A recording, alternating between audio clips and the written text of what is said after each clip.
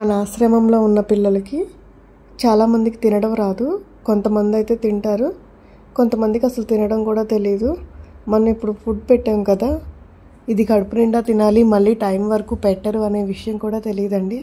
ఎంత పెట్టినా సరే ప్లేట్లో తినేస్తారు.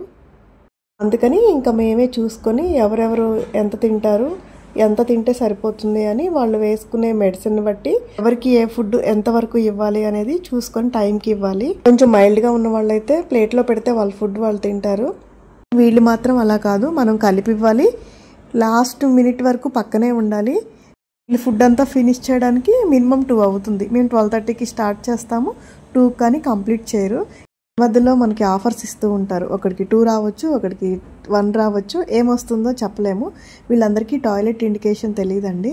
తింటూనే మధ్యలో వాష్రూమ్కి వెళ్ళిపోతూ ఉంటారు. సో ఈ వీడియో పైన మీ అభిప్రాయాన్ని కామెంట్లో తెలియచేయండి.